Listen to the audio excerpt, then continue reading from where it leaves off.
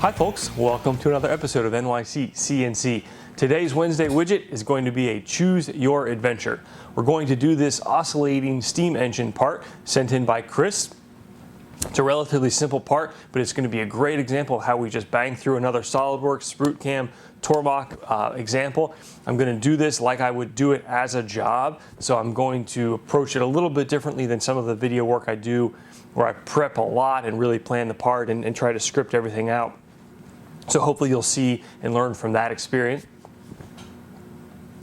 Instead of scripting this out ahead of time, I've approached it like I would a job that just came in. So there's maybe a little bit less scripting and pre-planning, and we're going to just take it on the fly, which I think will give you guys a better insight to some learning lessons as we go through this. So let's dive right in.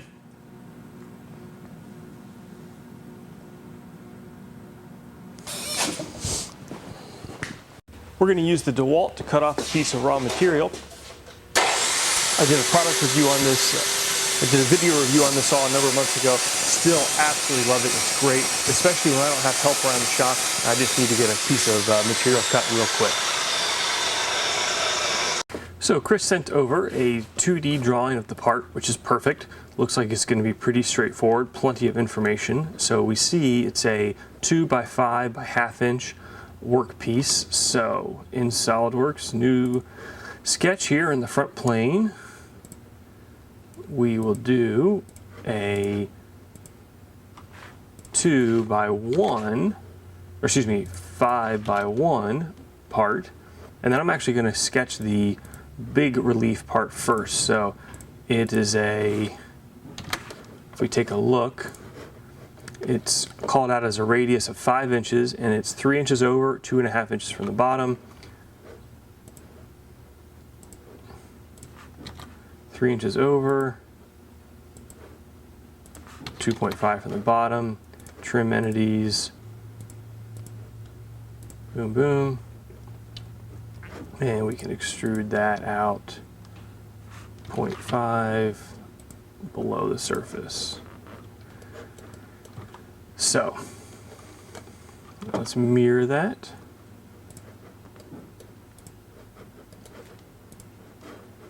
And we'll just go ahead and take care of the fillets first. So ½ inch fillets. Boom, boom. I'm using my 3D Space Mouse here to navigate around. 0.5. Okay.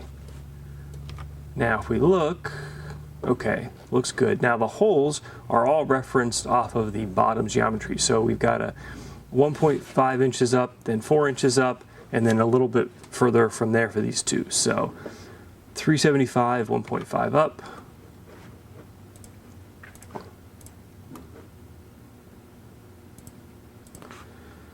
.875, and then we'll just keep going. We'll dimension them here in a minute. Another one. Okay. Then we said 1.5 and then 4. Okay. Those can be extrude cuts through all. Okay, now we've got to create two small holes. They're 94 thousandths. They're 606 up from this 250 hole, which reminds me I got to fix that. So hole wizard, for kicks we'll do it differently. 0.094. We can have them be through alls, and then positions, I'll just select 2 points over here, and then smart dimension, we will select there 0.606. Oops. 0.606, and then what's the 152 from the center line? So we've got our right plane there, 0.152.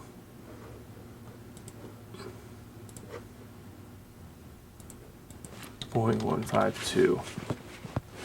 Okay, let's click OK, check the OK. Now we got to change our document inches here. Now let's see here, before I forget, let's go fix these 375, 250.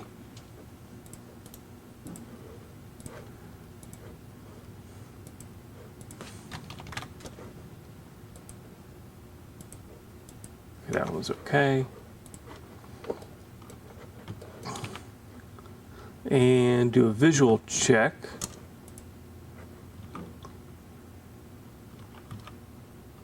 Yep, looks good. Last thing we've got to do is there are 2 1/4-20 tapped holes. They are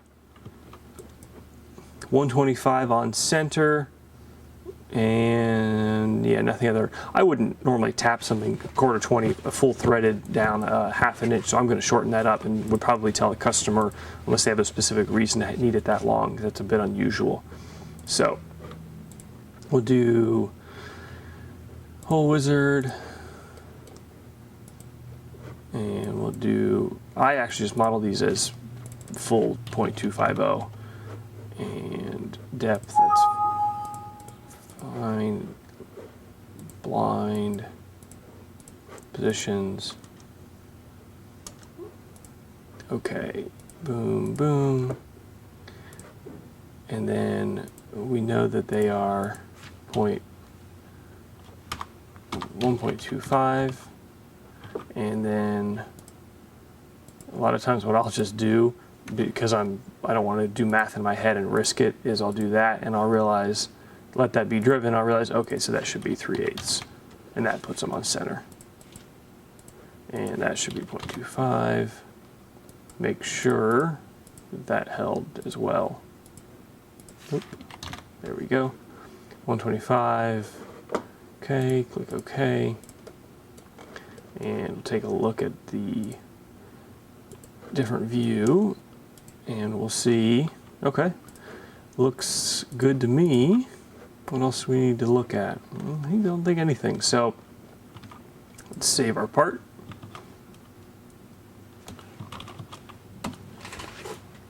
And let's click Sprue Cam.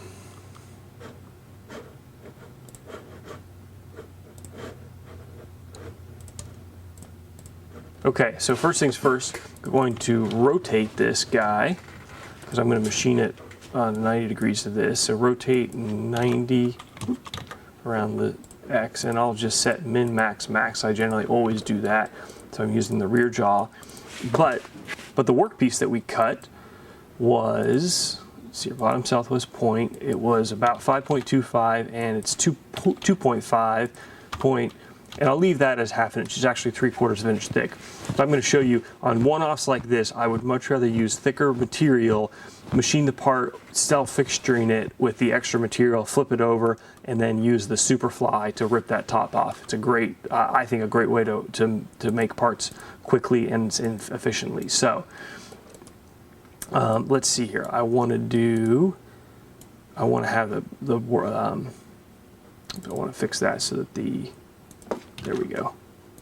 Okay, now what I do is I go back in, select the part again, Control A, transform, and then I actually literally just eyeball it so that it's about,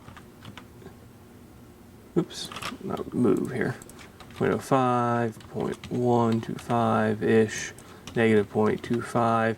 Try to get the part about centered in that workpiece. Machining. We'll rough it, well, 2D contour with a roughing tool first. For me, this is tool 11. It's my 1/2 inch corn cob. I run that at 2800 and usually pretty good feed rate, 15 or 20. We'll do 15 today. We'll take it down to 1/2 inch in 2 passes, and actually we'll go a little hair more. And we're going to leave actually 10 thou stock, and we'll probably experiment with the roughing, but we'll probably rough it, say, 0.6. Let's see what that looks like. Oop, would help if I selected some geometry first, folks.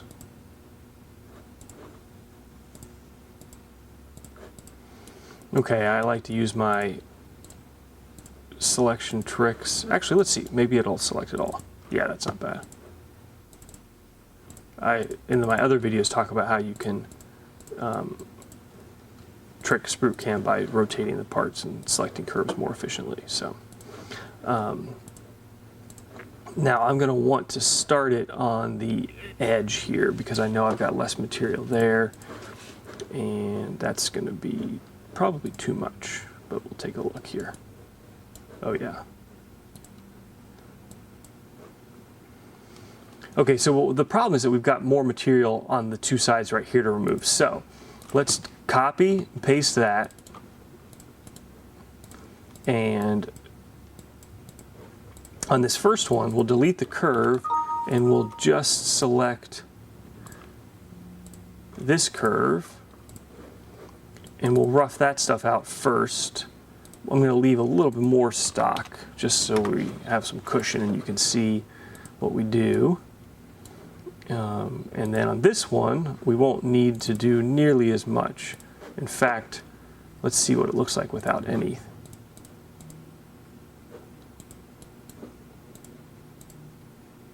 I like that actually.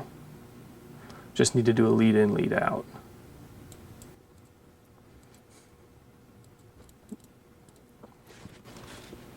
Perfect. So let's do this. I'm going to leave even more on the first one. And okay.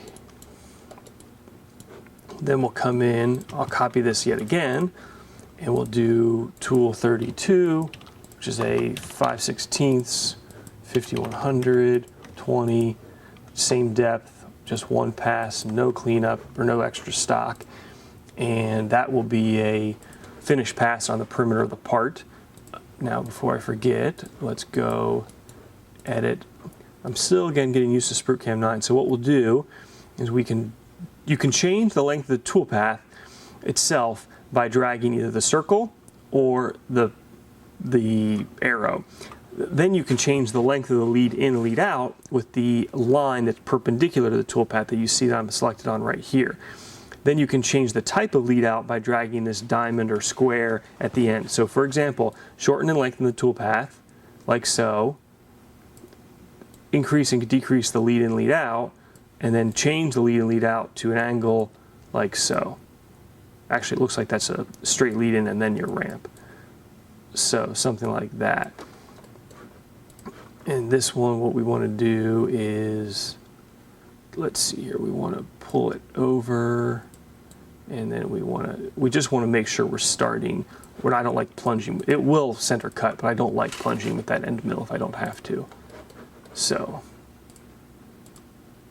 plenty, probably a little bit more than needed, but that's okay.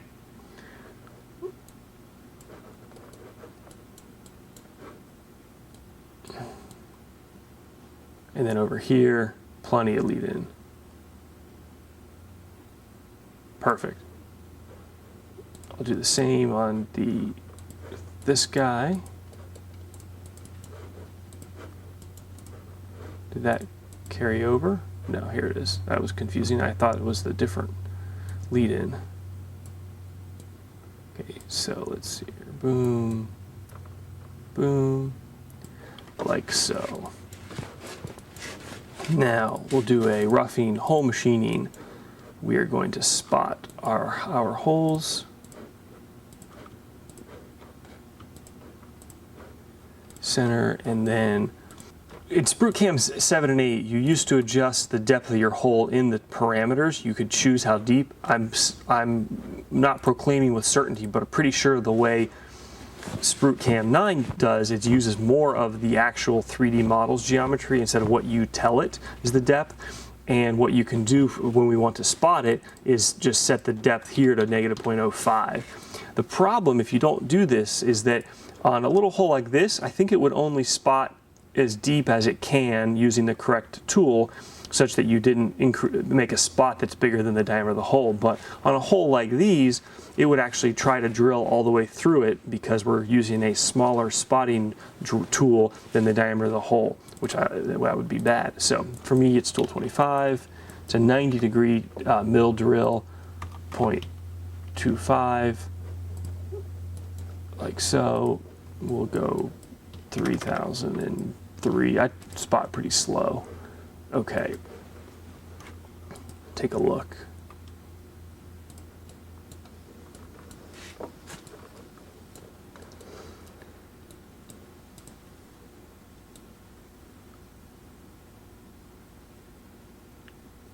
Perfect. What else? Okay, so now we'll do our drilling. To do roughing, hole machining, this guy first. And I always start with the numbers of 200s for tools that I'm setting up custom for the job. So we need to ream it to 375. So we'll do a 23/64 tool 200.3594. Now I keep, I don't think I've ever shown this, but I have an Excel file that I use for my feeds and speeds. And I know a 3/8 twist drill, I run at 1834 and 7. This is close enough that I'm not going to try to look at a different speed and feeds. Oops. Because it's close, plenty close enough.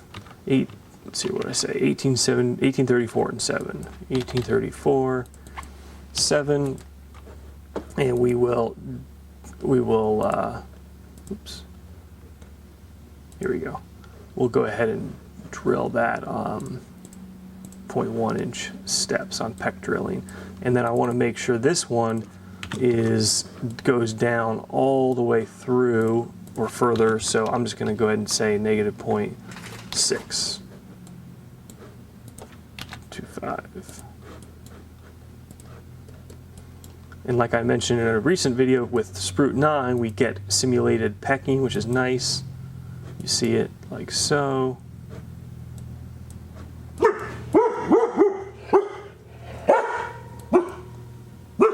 Perfect. You can see it came all the way through. Okay, the next hole, the same way. I actually keep a letter B drill as tool 6, so I just put 66.238.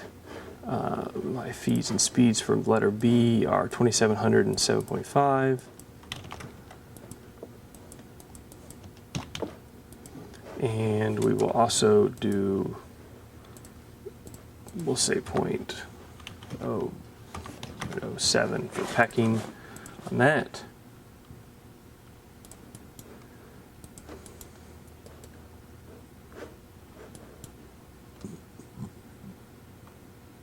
Perfect. Now let's actually look. I didn't change the feature depth, so it looks like it did go all the way through. So that's fine. What you do need to remember that is I think that's based on the angle of your drill tip. So you need to make sure that those match enough, or you go farther enough through, especially when we're going to run a reamer through this right afterward. I'll label this 3/8. I don't always do this, but we're going to ream these in a second. Now, these next holes are called out as 094s. I don't have an 094 drill bit. They're not spec'd to ream, but they are a 3 decimals, which on the print is 3 decimal places is plus or minus 20 thousandths. So that's actually pretty loose tolerance. I would suspect, I'm not a big steam engine guy, but I would suspect that these are intake and exhaust ports for a rotating single piston type engine. And if we look at our little drill chart, we see that a 3/32 is 0.0938. So that's in theory within 2/10. Drills don't drill that precise. So we're going to use that 3/32. So new roughing, hole machining. That selects both of them centers. This will be 3/32 tool 201. And I'll just type in 3/32. That'll pick that up. And then I don't think I've got anything that close, so I'm going to go ahead and open GWizard. And it's telling me a 938 drill bit, 1/2 inch deep on the finish pass is 5100 and 5.5. Sound passes the smell test. Definitely want to peck this, and we'll come up, peck it in, 0.05.